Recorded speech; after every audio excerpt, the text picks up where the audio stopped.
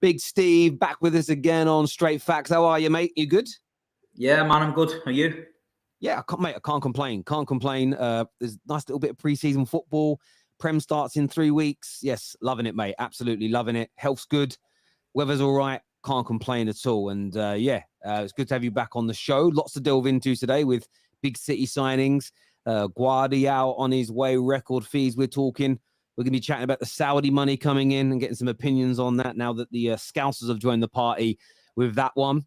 We're talking a bit of Man United and Amrabat. We're looking at Arsenal and a big £50 million exit. And Wahi to Chelsea, £28 million young striker, maybe on his way in. So we've got lots to talk about, viewers.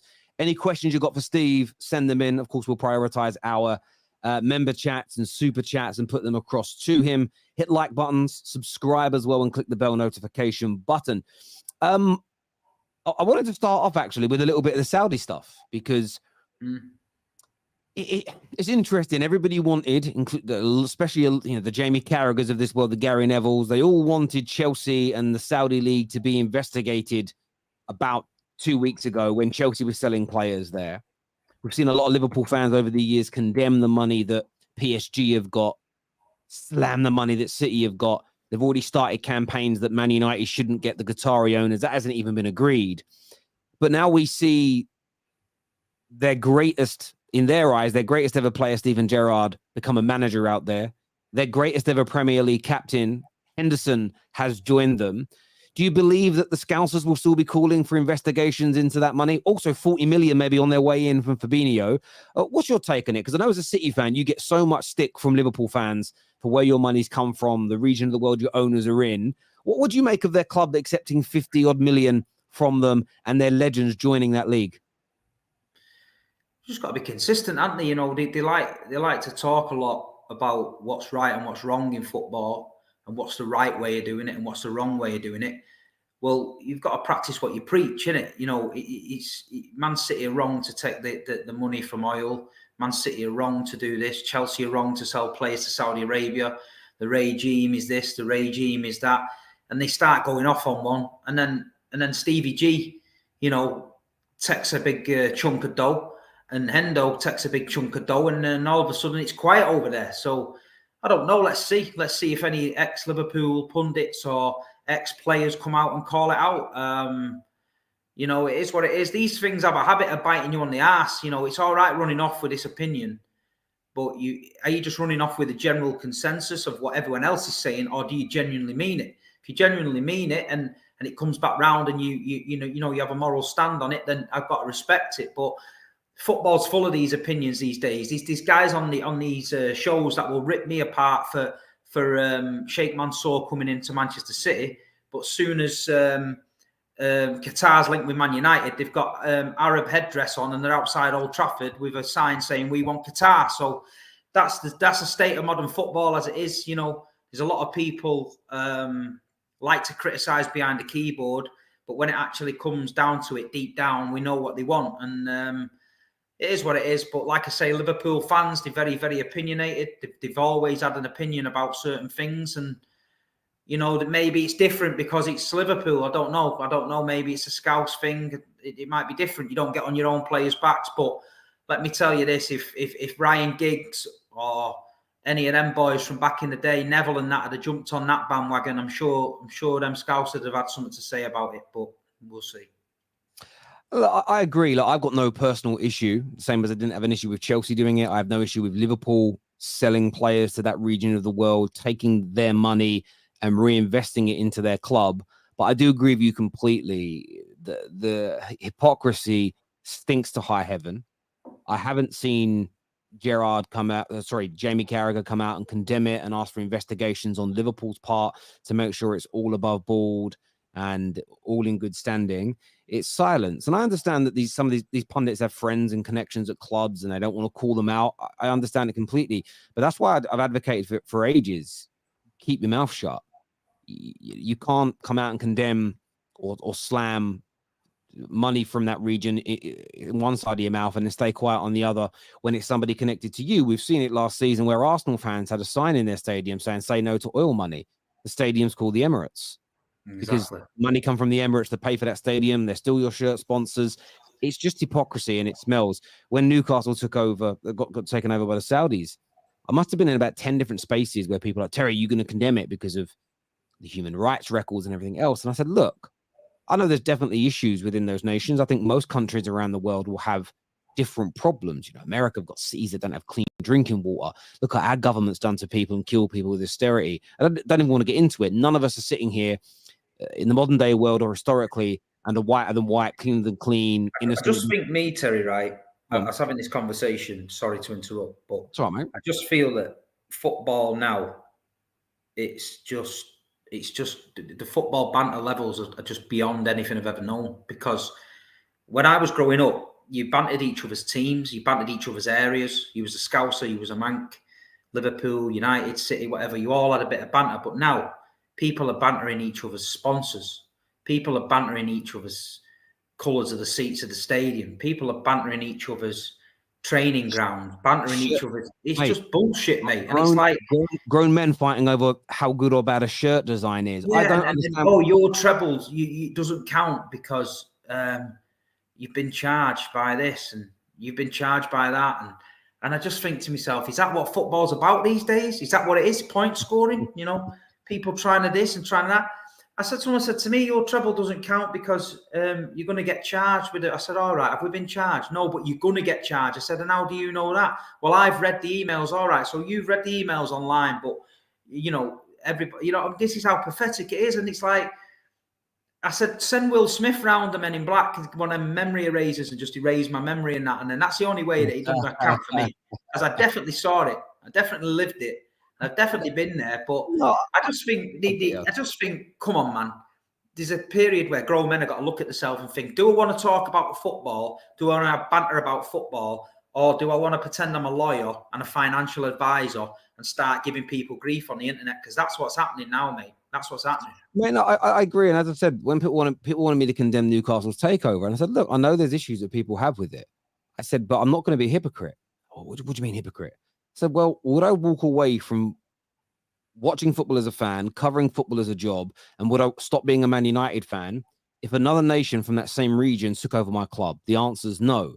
So what I'm not going to do is sit here, pretend to be overly virtuous and virtue signal and pretend that I know more than everybody else and that I'm the nicest man in the world and everybody should respect me, just to turn around and celebrate if a nation or a person from that one of those nations takes over my football club. I've seen a lot of YouTubers go down that route where they condemn City's money for years, and then when their club gets taken over, they celebrate it.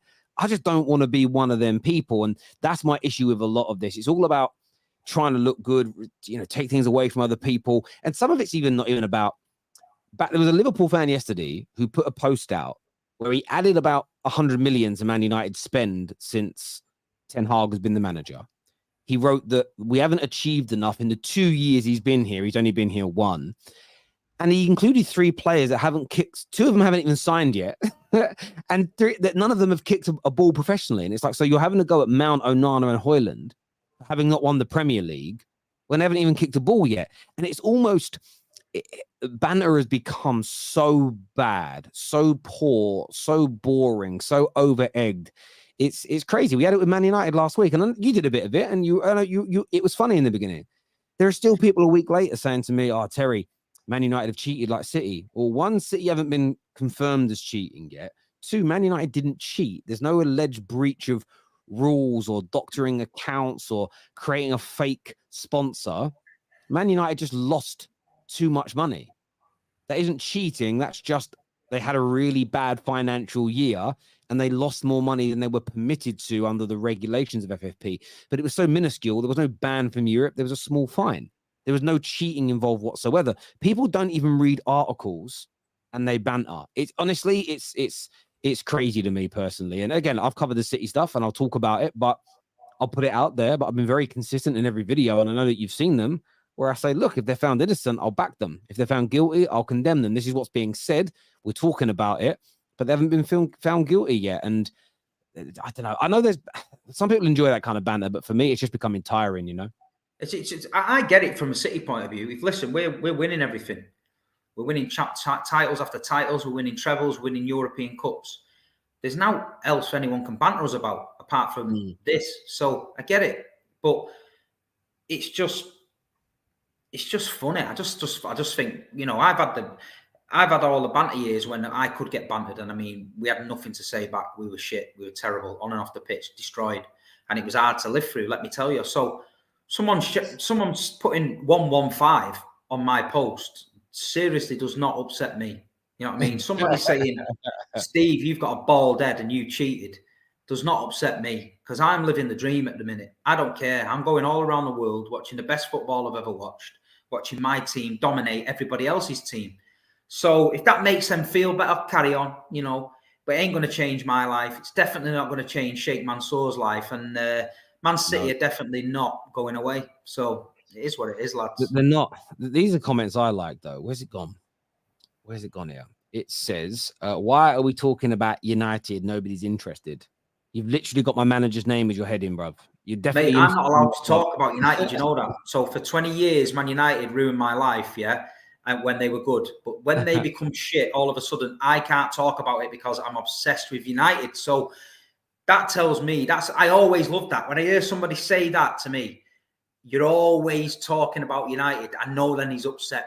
I know he's upset. I've got him. I know for a fact then that guy is fucking fuming in his bedroom because Big Steve, the City fan, how dare he talk about the famous Man United and say anything bad about them. So that is the one I loved the most growing up, because there was times when I couldn't talk about United. I couldn't say a thing about them. But I've got shitloads to say now. I get annoyed at a lot of United fans because they all show their asses too much. It's like, it might be annoying you, but sometimes don't tell people something annoys you, and then you don't let the cat out the bag. Like, play it cool, play it down. But again, maybe it's just my era of banter is a little different. Speaking of City, some contrary reports actually. First one is from Fabrizio Romano, who said, "Here we go. Agreement reached between City and Leipzig." Sky Sports of today said that isn't the case and it's not close. First of all, what's your understanding of the deal, and sort of who are you believing in this? And I know you've got some connections at the club as well. So are you confident the deal's going to happen? It's kind of weird that Fabrizio has done a "here we go" and other outlets are saying it's not even close. You don't really get that too often. No, yeah, I've seen that myself. I mean, I don't know. I think when I've been there last week, everyone was talking about that being the deal that they're focusing on the most. I probably expect it to get done. It's probably, I don't know, they're probably arguing over something, but Gvardiol's made a few City references in his posts. He written on his chest the other day, "Why always me?" like Balotelli. He was messing about. So he's making City references to it, but the transfer market's definitely hotting up this week. Things are starting to move. Players are back. Agents are circling. So I expect City to get that one done, to be honest. Yeah, I expect City to get it over the line. Generally, Fabrizio's had a few of these. Someone just reminded me of one last year when he said Cucurella was done. And then Brighton came out and said, no, it isn't. And then 24 hours later, it was done. And, you know, maybe Fabrizio has just got a little bit ahead of himself. Maybe RB Leipzig are not happy for the news to come out yet for one reason or another. So they've briefed some other media outlets. But it's definitely going to happen. And it looks like it could end up being a record fee for a defender, the most expensive defender in history. I'm sure City are then going to get accused again of what's the word? Ruining football. Yeah, well, when it suits, we don't get accused for the good deals. Alvarez 14 million, Haaland 54, things like that. We don't get accused of. But as soon as we pull one of them out of the bag, you know what I mean? That'll be the second time out of the last 20 or something that we're in that top 20. So I don't care anymore. I hope City spend 200 million on a defender. I'd spend 300 million on a midfield. I'd proper just take the piss, because the academy is earning that much money. It's ridiculous. Shea Charles just went to Southampton, 15 million. James Trafford's going to Burnley for 20. Carlos Borges going to West Ham for 15. Do you know what I mean? So we're knocking these kids all over the place here for big dough. So when you work all that out, Gvardiol probably cost us about £4. So I'm not asked. Yeah, look, listen, Gvardiol's worth it. Again, some deals don't work out. Some players don't deliver. But this man is tipped to become one of the best defenders in the world. You're the treble winners. He's replacing one of your treble winners. You're going to pay a premium. And I think, look, they're talking about it being 86 million, which would make him the most expensive defender in history. So be it. City are earning the money. And again, unless somebody can prove that they're lying and cheating to have that kind of money, nothing's going to be done about it. And as you just said, I think 116 million City have raised through the sale of academy players in the last couple of years. And you've built the best academies in the country. So, and look, if your aim is to only have a handful of those players come through the first team, but sell them on at a profit, so what? There's nothing wrong with that. You're developing quality players, you're selling them on, you're making money. If teams want to, if Chelsea, Spurs, Man United want to counteract that, do a better job at developing your players and sell them for more money. Like Man United, we sold Iqbal the other day. We sold Iqbal the other day for £1 million. And for me, that was so frustrating. I'm not saying we should have got 15, 16, 17 million for him, but £1 million. People were gassing him up though, like only a year ago, that he was this, is that. Hannibal's the same. Oh, Hannibal this, Hannibal that. And I just don't think they're as good as what they think they are, some of these players over there. Charlie McNeil left Man City. He scored loads of goals for City's youth team. He went over United, and I even thought, fucking, as a player, him doesn't look like that. He's that player. Mate, I don't follow our academy anymore because I cancelled all my memberships, MUTV, the lot, because I don't give the Glazers money. But there's only a handful of kids. I've watched 2 preseason games, and Manu looks good. Manu looks really good. We've got Dan Gore that looks okay. Our goalkeeper at the back looks all right, but we're loaning him out anyway. And that tells you all you need to. Hannibal looks okay. But the fact that they're the only ones that are being given proper opportunities in the first team, it tells you they're not good enough, generally speaking. And look, there are examples. Harry Kane could be one. When a player's been loaned out once or more by his club and he's already 19, 20, 21, if he ain't playing regularly for you by the time he's 20, 21, the likelihood of him coming through your first team and being of a high standard to improve your team is so low. It's like Cole Palmer with City. He'll move on. He ain't good enough. He's good, but he's not pushed on enough. And look, he's probably a Premier League footballer. But he's definitely a Premier footballer. Yeah, but he's not good enough to maintain. Yeah, exactly. Look, and Romeo Lavia last season, Fernandinho leaves, Rodri's number 1. He must be thinking, I've got a chance of getting number 2 here. City just didn't think he was worth the risk, so they went out and sold him, got a buyback on him, got a sell on, and then they bought Phillips. But obviously Romeo was excelled, and then you're thinking to yourself, you know what, he probably could have done it. But Carlos Borges got something like 29 goals, 18 assists in the EDL, left winger, fast, aggressive. He's gone to West Ham with a buyback, and then they're all going mad saying, why are we selling our best players? Well, for one, we don't play with fast, aggressive wingers anymore. So that's probably why. And 2, if it works out a mistake, we've got a buyback clause on him. And it's the same with Taylor Howard-Bellis. He's captain England under 21s. He's never getting in Man City centre-back position, never getting in. He'll be sold 2025. James Trafford in the Euros, you've seen him. Great keeper, confident, cocky. Yeah, of course. Never going to play. Might as well got a Vincent Kompany. We've got a buyback on him 3 times the amount we sold him. So I think we sold him for 20. We can buy him back for 60. So win-win for everyone. Win for Burnley if they sell him back. Win for City because we get him back reasonably cheap. So that's what City are doing. They let a lot go on free transfers, but with heavy sell-ons like 30-40% just in case he comes back. So if a club can't afford the fee, they'll say, right, you can have him on a free, but we've got 40% sell on or whatever. And that's how they're doing it. So they're clever what they're doing, man. No, there's no doubt about it. I wanted to ask you about City, though. Obviously, a lot of quality's leaving. Gundogan's gone. Mahrez is going. Laporte will go. Probably Cancelo, although he was phased out last season. Silva. And there might be another name who I'm forgetting. Silva's staying. Is Silva going to stay? Silva's staying. Because there's a lot of, I've seen a lot of City fans online as well, sort of tweeting, like, when are we buying people? Are you worried that there's not going to be enough quality coming in to maintain the treble? I'm not saying you'll do the treble again, but you're losing a lot of your quality stars. I mean, you're saying Silva's going to stay. There's still a lot of talk that will go. But Carl Walker to Bayern Munich. Are you worried that with 3 weeks until the Premier League starts, you could be a little bit short for the start of the season? What you got to look at is if Gundogan leaves, he's brought in Kovacic. Don't forget, he started to play Foden in the middle. So if Gundogan's left, so say he starts the season with Rodri, Foden, De Bruyne in midfield, or Rodri, Kovacic, De Bruyne.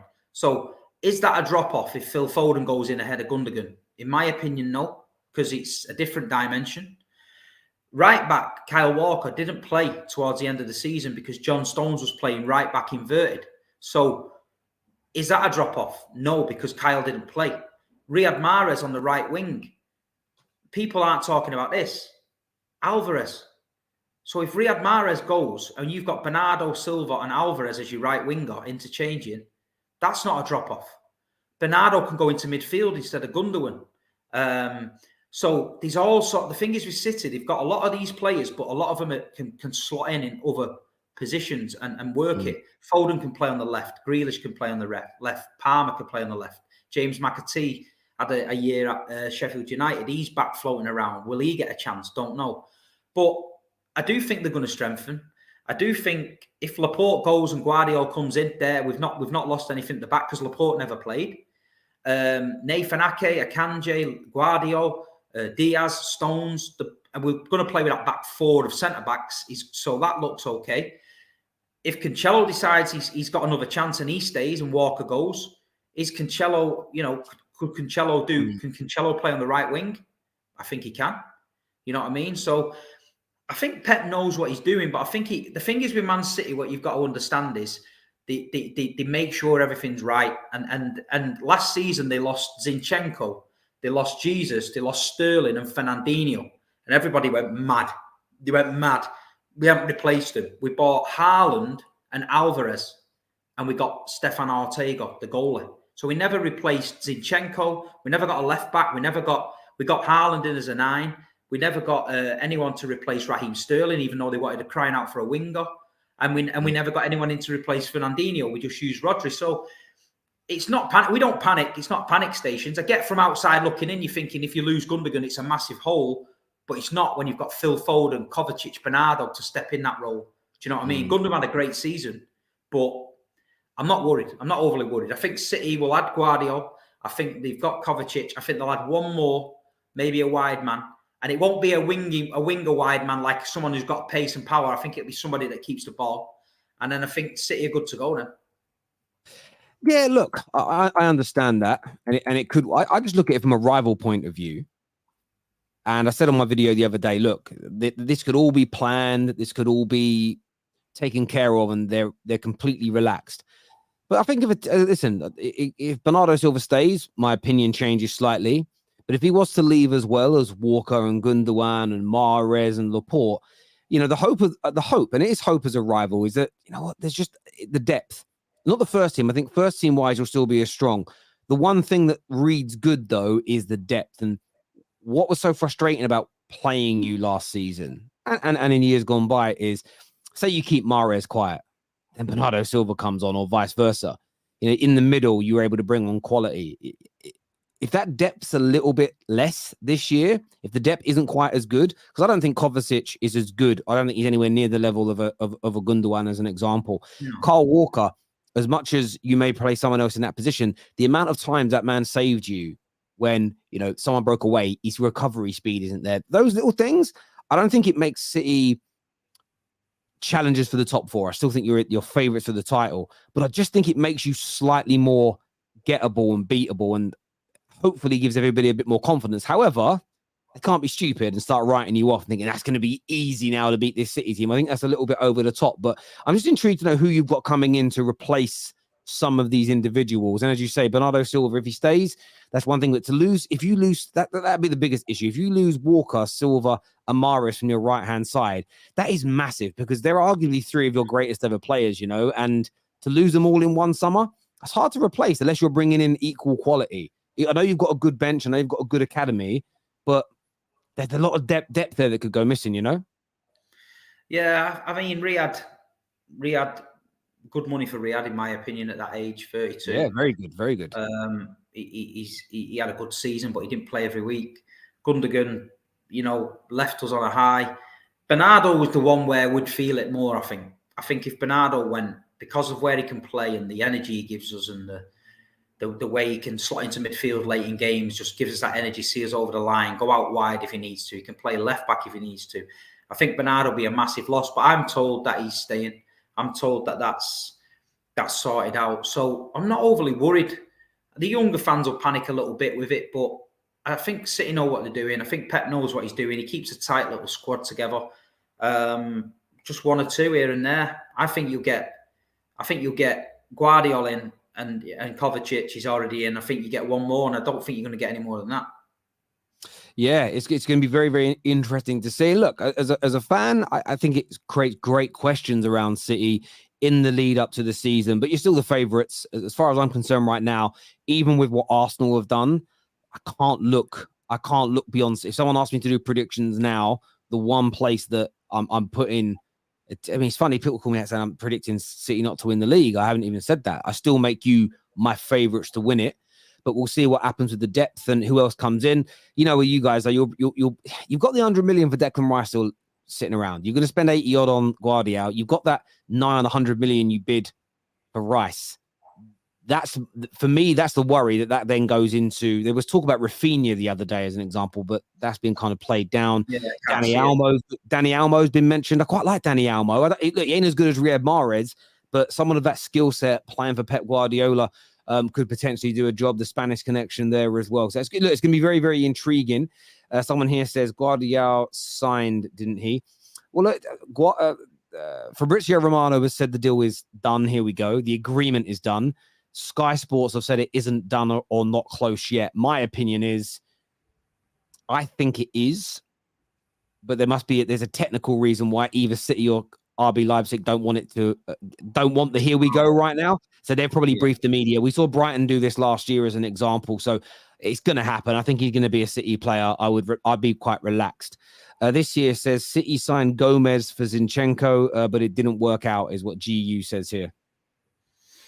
Well, I don't think Gomez was ever a replacement for Zinchenko. He's just been a utility player. Plays on the wing for Spain, but plays full-back for us. But he's not good enough, Gomez. He's not. But he's just a squad player. We've got a few little squad players, but like you say, you're losing quality, so you need to make sure you replace it. But there's also been quality sat on the bench, not having game time. So maybe they're going to step up. Big season for Phil Foden, in my opinion, this year. I think that central role, it could be dangerous. He could have the season of his life in there. You know, if Pep gives him a little free role in the middle. Kevin's getting older. You know, he's picking up more knocks. There might be times where we can take a De Bruyne off after 60, 70 minutes and bring on a Kovacic, get a Rodri Kovacic midfield going and give Phil Foden the reins in the middle. I'd like to see that. But, you know, don't forget, we've only got Haaland as the main man, as the 9. If Haaland gets injured and we've got to go with Alvarez, he's not the same, but we'll see. Yeah, it's going to be very intriguing. There's some more super chats here. First one says, feeling better this week, Big Steve? Is it treble-itis? Yes, treble-itis, yeah. Big COVID again. COVID done me, man, again. But no, I feel good now. Thank you. Good.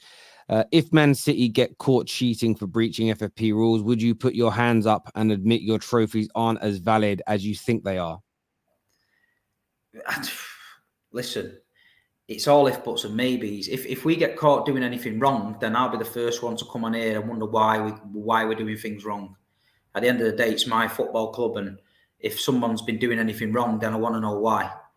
But I read a report about it, and listen, if they get found guilty and Mancini's wages was paid by Al Jazeera instead of through Man City's accounts, let me just tell you that did not make Manchester City win the treble 10 years later.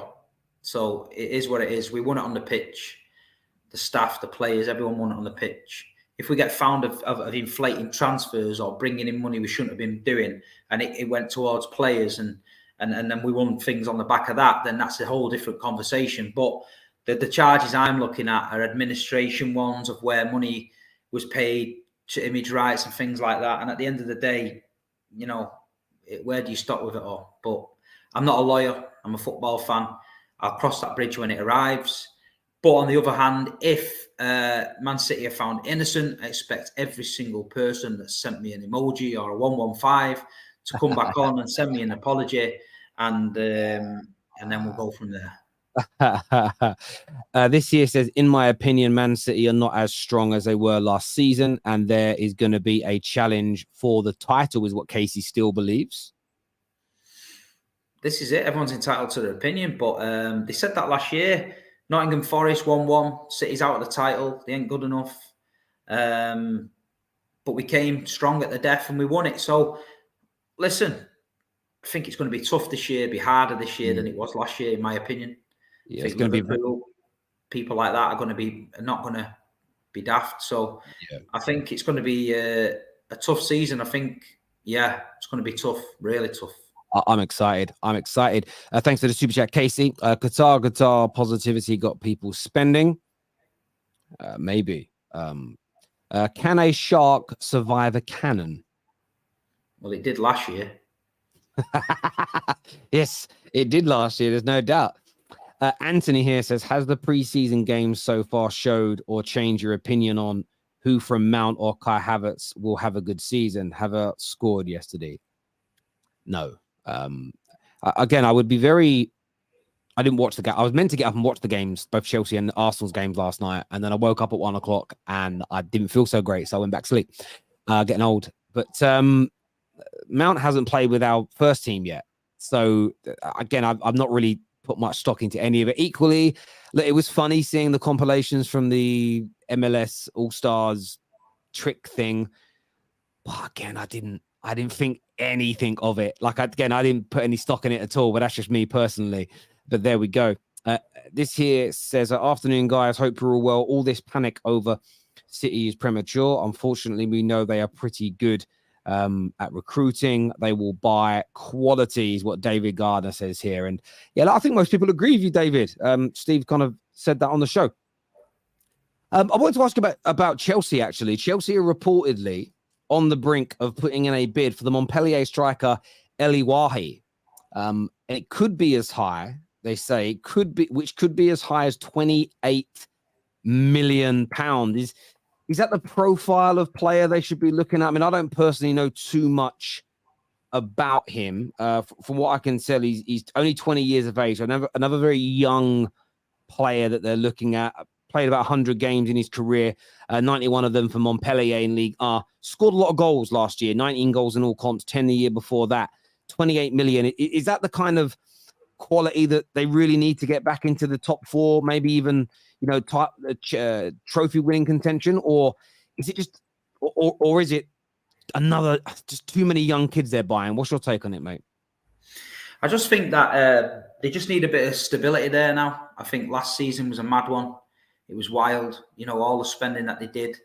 I think they just got to take a step back and relax and let it all integrate. I think Pochettino's got his teeth into the job now. He needs to start finding a system and an identity that works for him. And I think they're just going to get linked with all these players all the time. I mean, it's all right gathering all these players and hoarding them and that, but where are they going to play? We've been down this Chelsea road before where they had a squad that was massive. I think the Saudi Arabian League has come at the right time.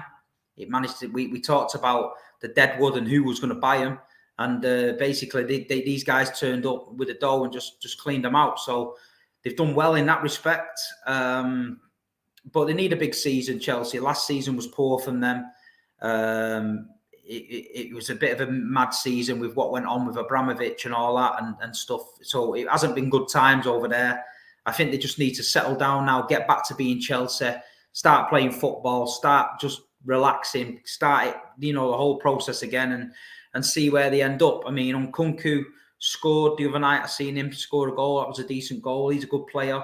Listen, Chelsea's got some great talent in that squad. When you look at on paper, it's got a great squad, but it's a mismatch of ages and mad shit. And I just think he's got a job to do there to get that all right. And I think the sooner it calms down at Chelsea and the sooner they say, look, that's us done, our business is done, I think they just need to get on with the season. Yeah, I think they've got a lot of talent in that squad, a lot of young talent. And I've seen sort of watched highlights of yesterday, and you could see good movement and everything else. But then it was Wrexham. Do you know what I mean? And I think that there's a long way to go. I think there's some preseason games coming up for all of us soon where we're playing better quality teams. United play Arsenal as an example on Saturday. That's when you're really going to start to see a bit more of this. I said for a while that I think they need to sign a couple of older players. I think signing these youngsters is great. And there'll be times this season where Poch will have them playing ridiculously good football. And it will look great. But kids alone, I know they say they've got experience. They've got Raheem Sterling. They've got Thiago. Who are the other elder statesmen that have been there, done it, and worn the T-shirt? I still don't put Reece James into that category. He's still really young. Although he's won a Champions League, he's still really young. Ben Chilwell, you could maybe throw into that. I might be missing somebody off that list of players. But whenever young teams have done brilliantly well, and whether that be the class of 92, Pep Guardiola's Barcelona had a lot of young academy players in it, there's always a spine. There's a spine around the team that is older and experienced. And you need that for them to lean upon, if that makes sense. You know, one of the reasons why I think the Phil Fodens have developed so well at City is because he's not had to be the star. Gundogan and KDB, Mahrez, who are older, they were the stars. They were the ones that were going to win you things. Phil Foden was there to be part of that. And I do think that someone wrote Kepa's name. Yeah, exactly. Kepa hasn't been there and done it and worn the T-shirt either. They need to add some experience into that team. Otherwise, I think they'll play nice football. They'll do really well. But when it comes to the crunch time, they might not have enough to get themselves over the line, if that makes sense. And I'm not being detrimental. I think they've done brilliantly to get rid of so much of their dead wood. I don't think a lot of people believe they could get rid of this amount of players, and they've done fantastically well. They've raised lots of funds. They just need to get and Casado's young as well, but I just think I don't know who it is either, by the way, and I'm not trying to sit here and act like I know, but you know when Liverpool signed James Milner, you guys have just gone and got Kovacic. There's sometimes where you just need slightly older, more experienced players to help you. Man United went and got Casemiro last year. You look at the players we're buying this year. It's a mentality issue. It's a mentality issue. Onana's one of them. Older, 27 years of age, been around a lot, gone through some adversity, understands how to handle pressure. You just need that mixture. Otherwise, as you say, it's that character is really important. Yeah, you need it. Sometimes City's big issue we're going to have this season is keeping it fresh. After you've won a treble, when you've won the Champions League, you move different. Pep said it before, players move a little bit different. Players don't run that extra bit because they think they've already done it and what have you. And what Pep's been good at is managing to keep that fresh. So that's our problem. We just got to make sure complacency doesn't creep in and we don't think we're better than what we are. We've still got to be hungry and we've still got to go out there and defend the titles and compete. Chelsea last season just had no hunger, no fight, no desire. Looked like a mismatch of players thrown together on big wages that didn't want to be there. So they've got a problem in trying to correct that mentality. And like you say, one or two older heads, one or two players who've been there, done that, been in a few dressing rooms, can pull the young guns together and say, look, we're a good fucking side here. Let's get pulling in the right direction. Let's give it a go. And I think that's what he's got to aim for. So I think when you look at every individual club, in the top six, Liverpool had a disappointing season, but they've made some good signings. They're going again. Manchester United had a good season by their standards. I think the goalkeeper signing at United's massive because what I do think is that Ten Hag's that manager like a Pep who likes to play out from the back. And if your philosophy starts with a goalkeeper like that and you haven't got one, then it can't work. So I think next season will be better for United. I think what one thing with Man United, what you watch them is if you can press Man United hard, and you're getting the ball back because De Gea kick it out because he can't do anything else with it. You go and press Onana, he can do a little dummy, a shimmy, he can dink it over the top and into the midfield. United have got you on the break. That's what City do. When Arsenal pressed us last season, we went long. Henderson went into the pocket, 1-2, Haaland, De Bruyne, bang, we're 1-0 up. And that's the difference with these modern goalkeepers. And I think David De Gea, although been a great servant, a great shot stopper, great individual performances every now and then, in today's modern game, the way Ten Hag wants to play it, he's no good in that system. And for me, the signing of the season is him. I said that to my mate at United.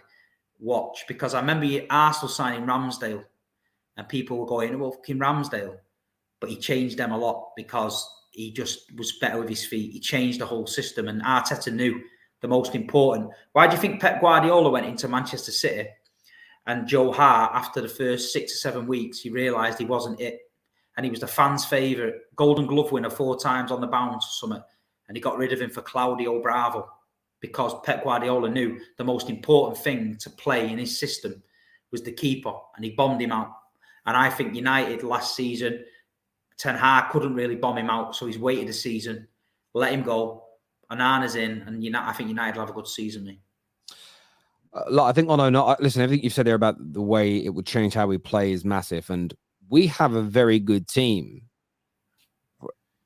If we can bypass the press with one dink ball over to that middle, with Bruno and Rashford and maybe Højlund potentially coming in and others running at you, 3 versus 4 versus 4, 4 versus 3, catching people out, we'll become far more devastating. We're very good at doing that. It's almost a transition without it being from winning the ball back in that regard. And we get pressed a lot. It will change the way we play. But you're absolutely right. You look back at the Joe Hart situation. You brought in Bravo. That didn't work. You went and got Edison. If you'd have stuck with Joe Hart, or you just stuck with Claudio Bravo, you would have won Premier Leagues. You probably would have won the Champions League. But there's no way you would have won 5 Prems in 7 years, done a treble, done 100 points, done a domestic treble, won, was it 4 or 5 EFL Cups on the bounce? In my opinion, without Edison, you don't do that. Somebody with very good shot stopping ability, not the best shot stopper, but very good, and who, with the ball at his feet, there's very few goalkeepers in the world that are on his level. It just enables you to have extra strings to your bow as a football team, and Man United have now got that. So I do agree. I think it's a massive signing for Man United. I'm very, very excited to watch him play. We've had some kid who I've only just come across again. I've not watched their academy now for 5+ years since I cancelled MUTV. I don't even go on our website, mate. Like, I'm that anal with it, so I don't really know what's going on at the club in that regard. I try and keep myself away from it because of, I don't want to make the club any money. But we had a keeper, Matty Kovar, in goal, who's going to go back out on loan, play for Thomas Rosick's team. But his ability on the ball compared to David De Gea, we were getting pressed by Leeds and then pressed by Leon the other day. And some of the passes he was making that just bypassed their press and then allowed us to counter-attack.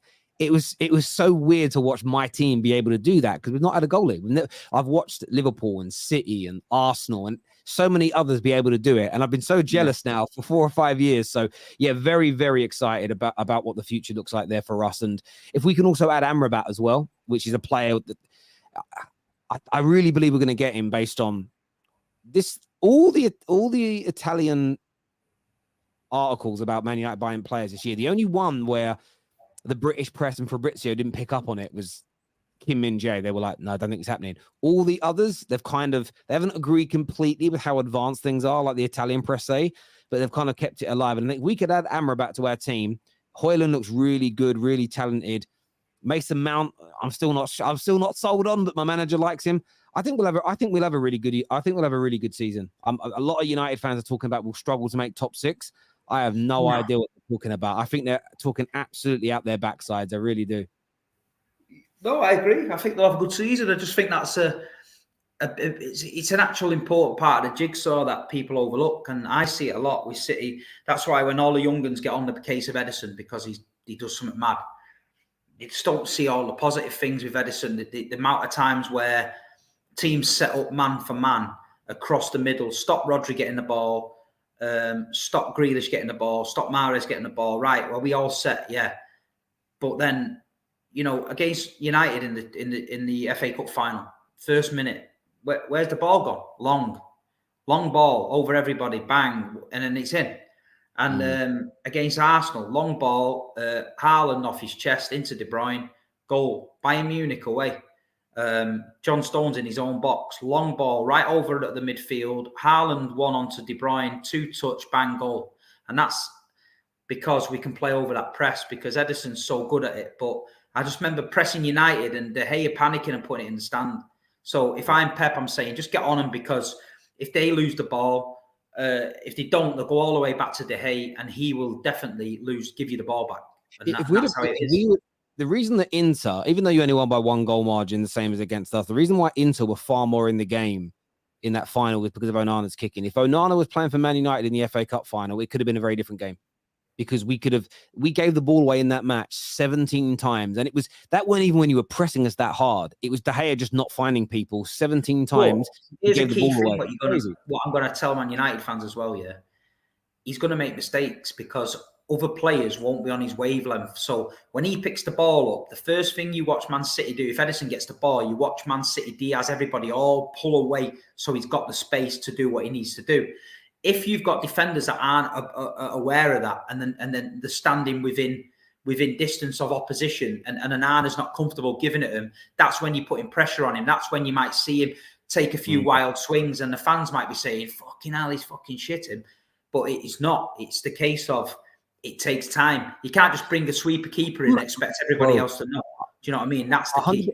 100%. I've already said on about 3 videos now, he's going to make mistakes because Alisson and Ederson make mistakes. There's this rivals. I keep saying to Man United fans, grow some thick skin on this subject. He will make mistakes. There'll also be some shots that hit him that he should save that will go in. Ederson and Alisson have both been guilty of that, more so Ederson than him. So the best 2 goalkeepers in the Prem have made those mistakes. So I'm not sort of putting him on a pedestal like he's this impenetrable goalie that's never going to make a mistake. But I do agree that I think overall we will be a much better team. Red Square here says, how naive do you have to be to think City will be found guilty of anything, even if they did it? Just like OJ, they know they did it. Let's move on, is what Red Square says. Sure Joyce, thank you for the super chat. You didn't say anything, but thank you very, very much indeed. DJ here says, Terry Wahi will be brought in and loaned out to Strasbourg. Number 1 striker target is Ramos from Benfica, Vlahovic, Mwani, backup option. Fair enough. Thank you very much, DJ, for that update.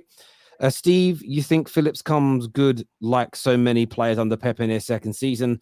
Does Garnacho bang this season? Has unreal potential. So do you think, first question, do you think Calvin Phillips will come alive this year?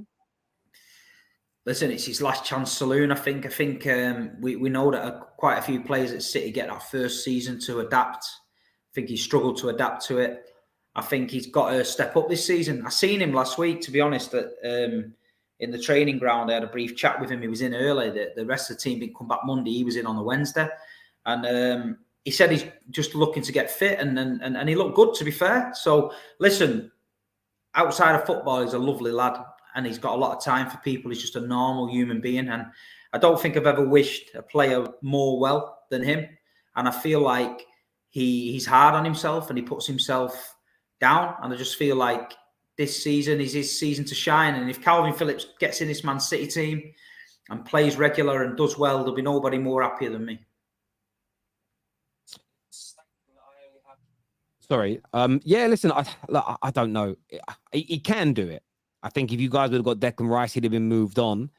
There is a player in there, though. And there was a lot of England fans 12 months ago were rating him as a better player than Declan Rice. Now Declan Rice is being rated as one of the best central midfielders in Europe, so it's going to be interesting. On Garnacho, he could bang this. I like him. I like him, Garnacho. No, he's talented. He's a good player.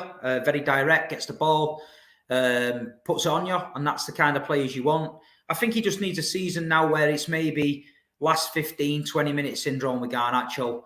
You got to give him that game time. So he's got to, maybe he's not going to start, but maybe late in games, especially at Old Trafford, when you're winning, have a bit of confidence in him that he can come on, do the damage, and just nurture him that way. And I think out of all the United youngsters that have come through the last few years, when they get a lot of hype at United, they do. Adnan Januzaj and all that bullshit, all them players from years ago. Oh, they're going to do this, Machado, they're going to do it. I've seen it all. But this kid actually looks like he's got a little bit of something about him. And yeah, I can see this being a big season for him, to be fair. Yeah, I like Garnacho. He suits me perfectly. He's very direct, and I love that. He's not afraid to attack a fullback and come on the inside. He's fairly bow-footed as well, and being two-footed is important.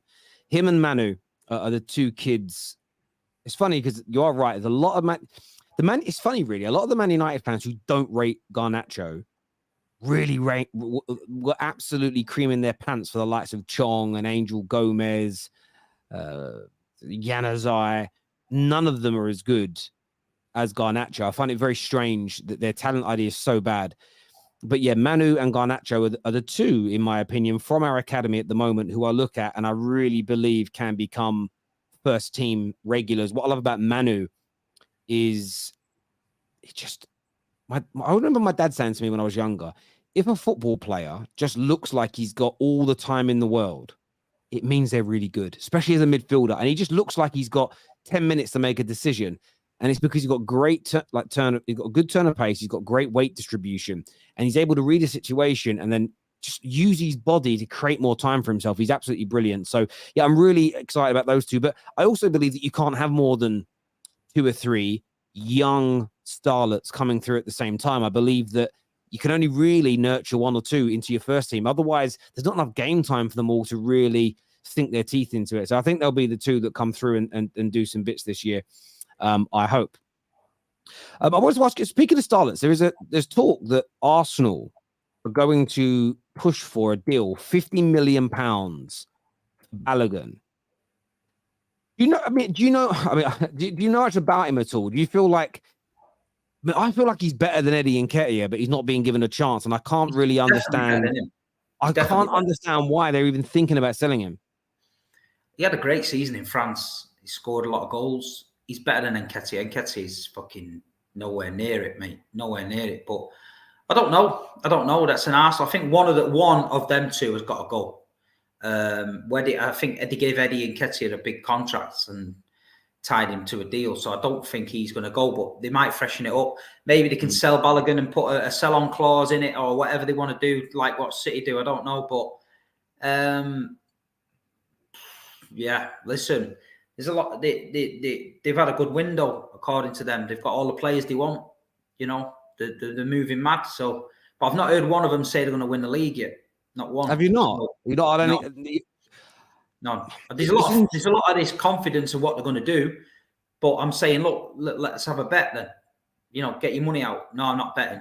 So, you know, it's bullshit. If you're that confident, just do it. But we'll see. In it, they've got to win the league. They've got to win the league. You know, you can't do what you did last season and win nothing, and then not strengthen how you want to strengthen, get everybody in who you want to get in, and not go for the league. That's your natural progression now. So I expect them to be challenging for the league. They did get upset when I told them that they wouldn't be, and Liverpool would, but that's my opinion.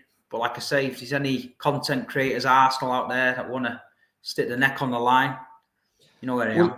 Well, Igal has stated that you're weaker now. Nobody wants to say it. He's also stated that Declan Rice is better than Casemiro, which is huge praise. I haven't heard him quite say they're going to win the league. No disrespect to Igal, but listen, last season they were telling us Thomas Partey was in the conversation with Casemiro and Rodri. There was no mention of Declan Rice in that conversation. If we'd have brought Declan Rice up in that conversation last year and said, what about Declan Rice? The Arsenal fans would have laughed the bollocks off because they'd have said, there's no way Declan Rice anywhere near Thomas Partey.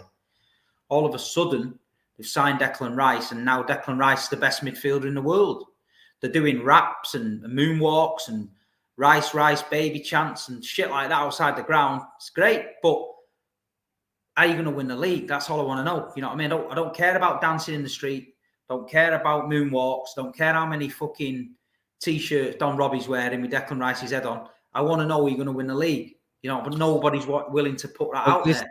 This comment here from this user says, Robbie said Arsenal will win the league on TalkSport. So Robbie has reportedly said it. Well, I want to listen to that because last year he was very, very, very, very, very false confidence about what they were going to do. But yeah, I like it, man. I like it. Let them get going, man. They're happy. And then they say we're entitled to be happy. Of course you are. You're entitled to be happy. But there was a lot of talk going on last year, Terry, and that's all it was, a lot of talk. And, you know, you can't talk the talk and then fall on your ass and expect nobody to say out. So Everyone was talking to me, you're fucking this and you're shit and you can't handle it and Arsenal's this and we're going to do that and we're going to take over and wait till the parade and we'll let you till we get our T-shirt made with the cup on it and all that shit, man. But, like, listen, I'm waiting for it. Can't wait. Yeah, it's going to be very intriguing. For me, I'm excited about the season. I think Arsenal fans should feel confident. I think Arsenal fans should be, you know, we're going to be talking about it on the Top 6 show at 6 today, but they're looking at Mohamed Kudus coming in. I think they should be keeping Balogun. I think that they should be keep him until January. Give him some game time. This kid, he looks dangerous. Like I've watched some stuff over the last few days of him. He looks really, really good, and their squad's looking thick. It looks like they're keeping Thomas Partey. There's just no reason for them to not believe they can do it. Now, City are still the favourites for me. They're still the favourites, but it doesn't mean that Arsenal fans shouldn't be confident that they can win the league. And they've done the business with Declan Rice. They blew you guys out the water, and you know they've made that mark. The big contracts that they've given out. They've done some serious business. And Freddie here with the super chat, actually, Freddie Bashford says, yes, lads, which team do you think has had the most level raising transfer window so far? I think probably Arsenal. I think Declan Rice, they needed that kind of player to come in. I think they needed that. Timber is a good addition as well. It's raised it a bit. Liverpool have gone up a little bit. United with the Onana thing. So I think everybody's adding to the game, stepping it up the right way. I don't think anyone's really gone backwards. But I don't know. Time will tell. You know what I mean? There's no trophies handed out for the transfer window. Let me tell you that. We've seen all this before. You can have the best transfer window in the world and end up with zero, as they well know. So, you know. Yeah, look, I kind of, how do I say this in the right way? Arsenal's definitely on paper, based on what their manager wanted, how much money they've spent, the speed. But I look at Man United. If we bring in Amrabat and we bring in Højlund, I'm really excited with what we've done with Onana. I think that's really good business as well. I think Liverpool have done good work so far. Let's wait to see what their reaction is now when Fabinho and Henderson leave. Who else they bring in? I think if Arsenal go and add Kudus, then it's really, really, really done well. And Chelsea's is so intriguing because you just need to wait and see who they bring in, because like Nkunku looks really good. Caicedo comes in, and then a few more names. For me, it's hard to judge. So far, I would say Arsenal. I think United are in for a shout, but there's still 6 weeks of the window to go, and I think it's going to change massively. Does Haaland get better this season? Mate, do you know what's mad about Haaland? I don't think he's goal scorer. I don't think he'll score more goals than last year. I don't think he'll score much less either. I think I would say about the same, which is alien level. But towards the back end of last season, his build-up plays, hold-up play was getting better. If that goes to another level, that's going to be difficult. The thing is, Haaland's 21, 22? He's not even near finishing his development yet. Yeah, I think there's a lot more to come from Haaland, no doubt. That's why I think he's had his first season in the Prem. Everyone said, he's blown the doors off it. But he probably, behind closed doors, he's probably got a lot of things that he did wrong, as well as what he did right. So I'm expecting different things from him. I think he can only get better. Alvarez, have we seen the best of Alvarez? No, there's loads more to come from him. So Alvarez there's a lot from Alvarez to come. Rodri's only getting better. Ruben Diaz at the back. Johnny Stone's going into midfield, only getting better. So City are improving, but we don't need to add massive signings to improve. We're just making sure that we're gradually going in the right direction. And I think you're going to see a different Manchester City this season. I think you're going to see a lot more reserved Manchester City, a lot more calm Manchester City, especially defensively with the 4 centre-backs. I don't think teams are going to easily get at us like they did early in last season when they were catching us in transition. Don't think you're going to get that. I think you're going to get Man City grinding a lot of games, 1-0, 2-0, not necessarily hammering people, but I just think we're going to be efficient. I think the word for us this season is efficient, and that's my word of the season. No, mate, listen, I'm not writing City off at all. I'm really not. This here says Rice wasn't brought up in the DM combo. because he was playing for West Ham. Context. Yeah, but it doesn't matter if you're playing for West Ham or you're playing for anyone else. If you're talking about best DMs in the league, yeah. And that's where he should be in the conversation, but he wasn't. And that's where I remain my consistency, because I was saying that he was up there last year, ever before he was linked to Arsenal. And yeah, you're absolutely right with that one. Joyce here says pre-season overrated. Bayern won 27-0. Utrecht won 15-1. Let's see what Mount and Kai do in the first 3 Premier League games. Then we can talk. Yeah, listen, I do think you can overrate pre-season. I also think there are some precursors. I think there's some ideas. You can look at how sharp your team look. But yeah, you don't put all your stock in it. You look at last season, you look at the mood of the camp, the transfers, pre-season. I think you build it all into your predictions personally. Terry, are you happy with the return of Johnny Evans? Look, people have made far too much of it. He's literally going on tour with the kids. He's not even going on tour with the first team. He's there to make up some numbers. He's getting paid. He's got like a 6-week contract. It's really a nothing burger story. Like, he's not playing for Man United. He's not even going on tour with the first team. So yeah, I'm really not worried about it. It's nice to see him back, because I used to like Johnny Evans, but yeah, I'm not deep in it. Hi, Terry. This is going to be an exciting season. Will we see Colleen more?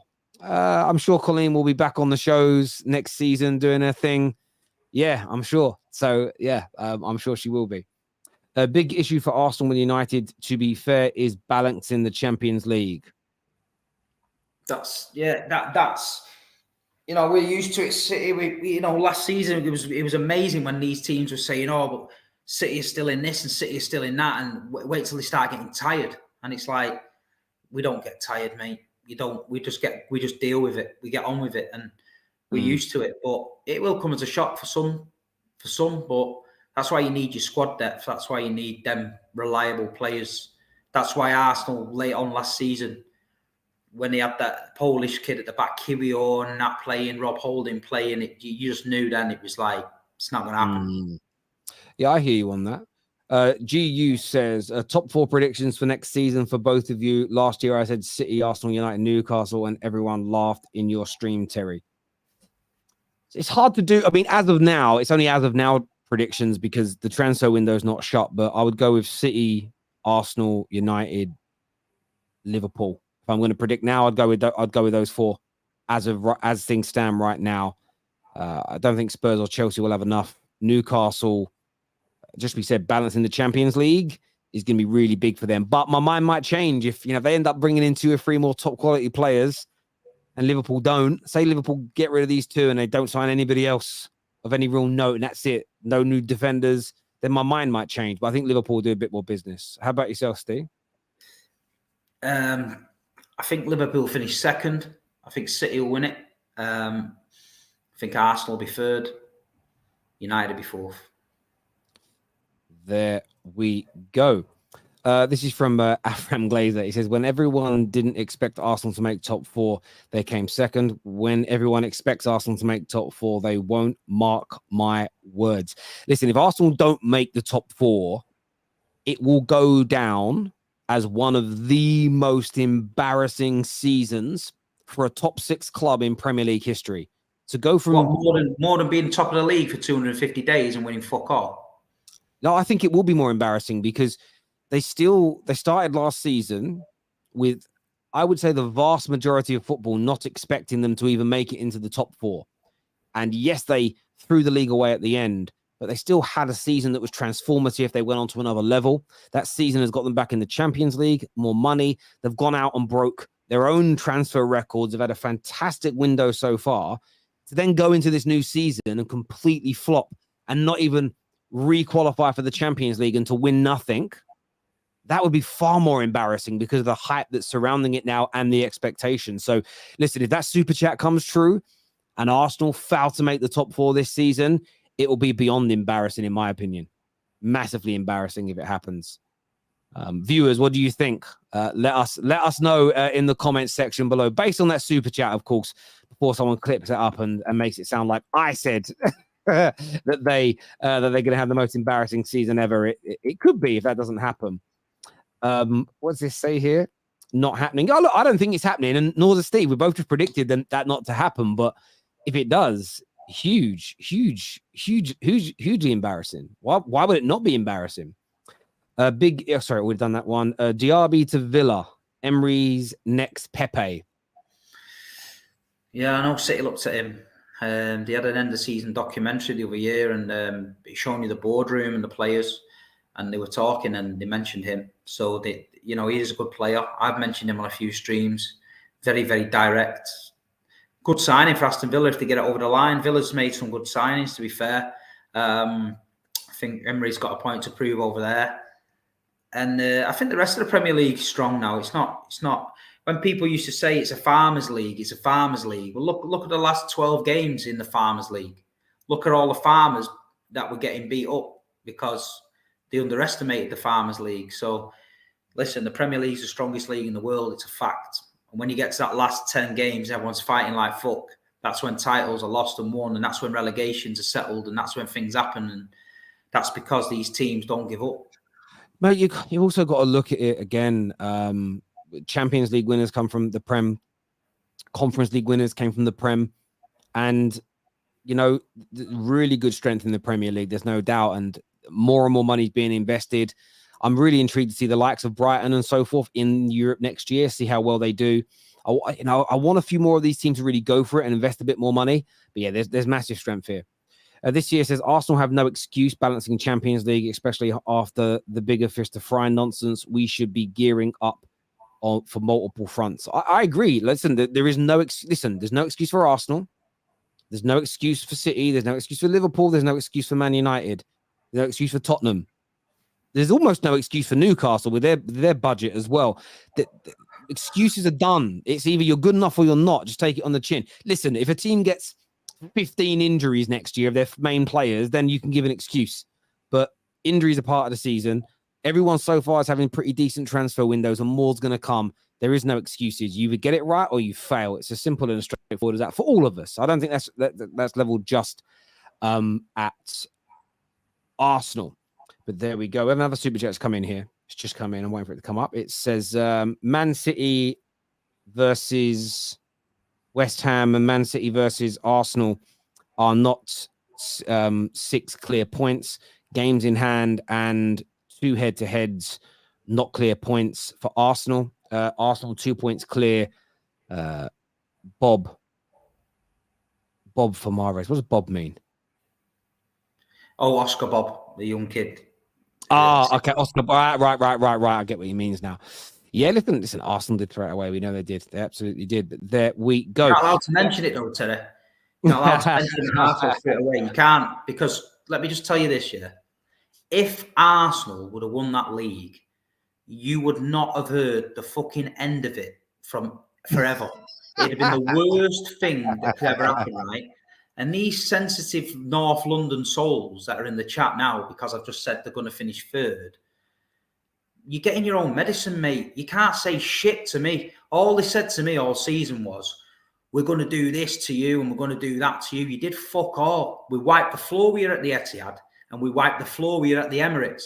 You were all stood round the statue with your hands down your pants, playing with your dicks, worried that City were going to come and take your crown.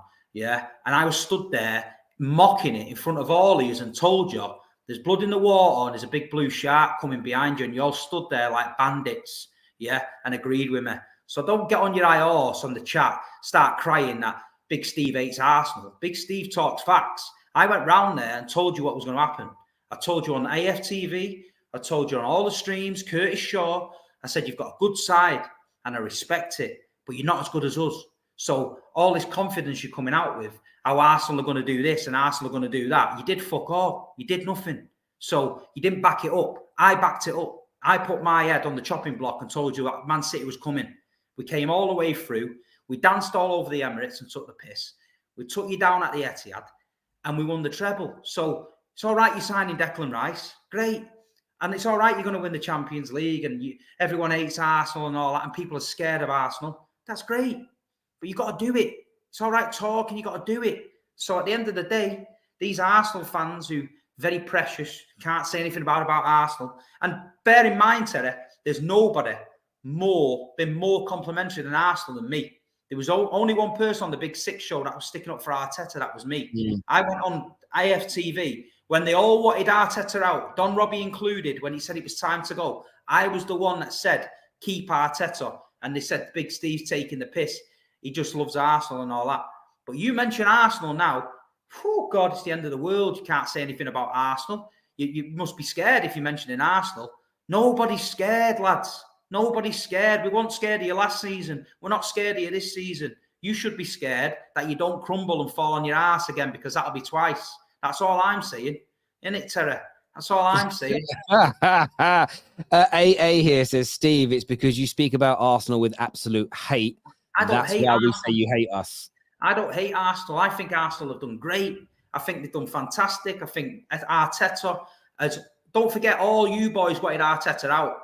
So don't be like you all backed him. You all wanted him out. You was writing outside. You wanted Arteta out. I said stick with him. He's a good coach. He's proved everybody wrong, and he's got you playing good football. I don't hate Arsenal. I respect what you did, but you didn't do nothing. That's what I'm saying. How can I respect what you did? You did fuck all. You finished second. Nobody respects people that finish second. They only respect people that finish number one. And we came from the death, and we won the Premier League. We won the FA Cup, and we're now champions of Europe. But you've got the We Signed Declan Rice trophy, and you're going to win the league. And AFTV, that's not all he is. They're rapping outside the fucking ground to Rice, Rice, baby. So come on. Come on. And you expect rival fans not to take the piss.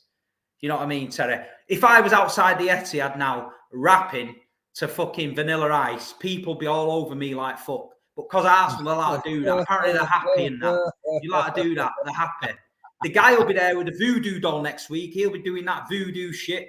You know what I mean? All that stuff. That Julian will be blaming it on the Queen again. It's all coming, mate. Don't worry about it. So we're used to it, man. We're used to it. This here says that City shouldn't have won the treble because we were on top the whole time and threw it away. We lost focus because we were worried about City instead of ourselves. City's biggest challenge next season is complacency. I think that echoes very much what you said already, Steve. And Gooners, let us know what you think below. This is says Kane says he wants out to Bayern, no new Spurs deal. Of course, he's never going to do it. I think he's got far more ambition. We'll be covering that on the Top 6 show at 6. And that's where we'll see you all again soon. So make sure you go, the videos, the link's already ready. So go and bookmark it, set your reminder, hit the like button now. Top 6 show back at 6. Steve, always a pleasure to speak to you, mate, on the channel. For you to come on and have your say. Viewers, thank you all. My super chatters, thank you. And we'll see you back again at 6 p.m. UK time. Take care. Goodbye. God bless. And I'll see you all again.